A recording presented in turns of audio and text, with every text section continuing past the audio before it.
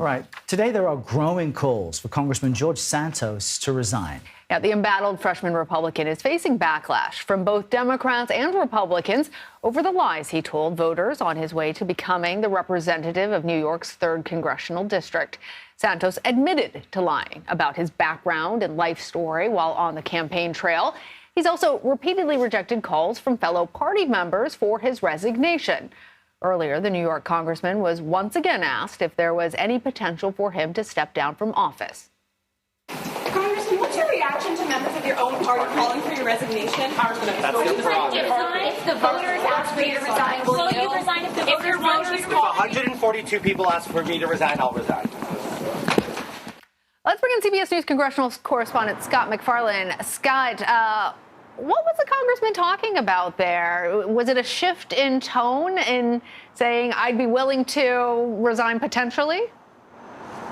Well, it's pretty clear right now. Nobody at any place, at any time, in any line of work has had quite the first week on the job that Congressman George Santos has had. This is day 6 as a sworn member of the U.S. Congress, and for 6 days, he's been asked this question over and over. Will you resign? Why won't you resign? When will you resign? That's the only question he's been answering, insisting he's here to stay, that he's going to serve his full 2 years. That cryptic reference to 142 people asking for his resignation, likely a reference to the 142,000 New Yorkers who voted him into office in November. He's making clear he's here to stay. In an interview with a far-right media outlet a few moments ago, he says if other Republicans had the strength he had, they'd do better with media scrutiny, like types of which he's been getting over the past 6 days. The bottom line here is there are New York Republicans, an increasing number, who are requesting his resignation, but he insists he's not giving one. Yeah, that's the Nassau County Republican Committee. They're each saying, we don't like this guy. We've made some progress with seats in New York this midterm election, and he doesn't represent us. Meanwhile, Kevin McCarthy says he hasn't committed any crimes or been accused of committing a crime yet. So, with that said... Well, he has been accused, though, of committing a crime in Brazil. Right. Yeah. Considering that, Scott, go ahead. Sure. What does that mean for the effort to remove him?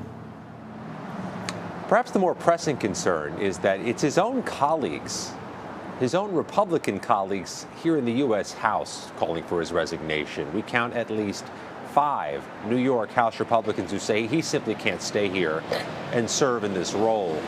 The broader issue, though, is that he has been a remarkable distraction from the U.S. House Republican Party in the first few days of their majority control of the U.S. House.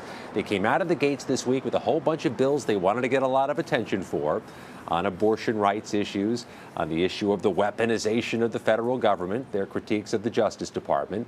But instead of us paying attention to those bills, we're asking Republican leaders about George Santos. He has been a unique and growing distraction. Well, speaking of 142 people calling for his resignation, there's more than that, just numbering among House Democrats. Tell us how they're responding to Representative George Santos in this controversy, Scott. U.S. House Democrats have had a field day with this. 2 of his House New York Democratic colleagues have been, at one point, delivering an ethics complaint right to his door. At another point, sponsoring legislation with his name on it to change the rules for Federal Election Commission information, requiring candidates to give better background information. And Hakeem Jeffries, the House Democratic leader, spoke about it earlier today. The spectacle that is George Santos speaks for itself. He's a complete and total fraud. Lied to the voters of the 3rd Congressional District in New York, deceived and connived his way into Congress, and it's now the responsibility of House Republicans to do something about it.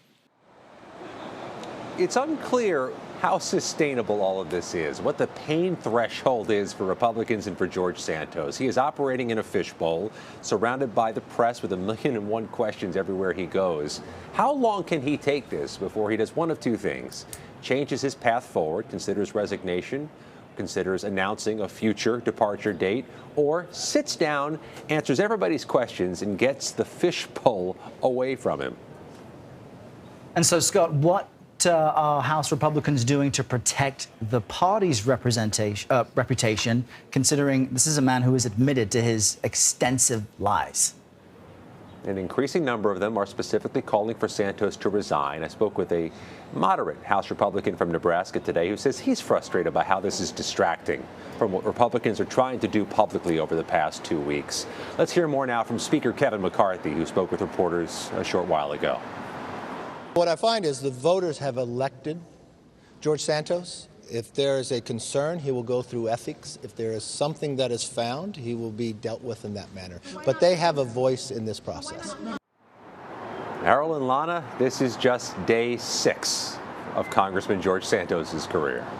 My goodness. And it's hard to keep track of all of the lies, all of the controversies, all of the people who are saying this is not right. All right, Scott MacFarlane, thank you.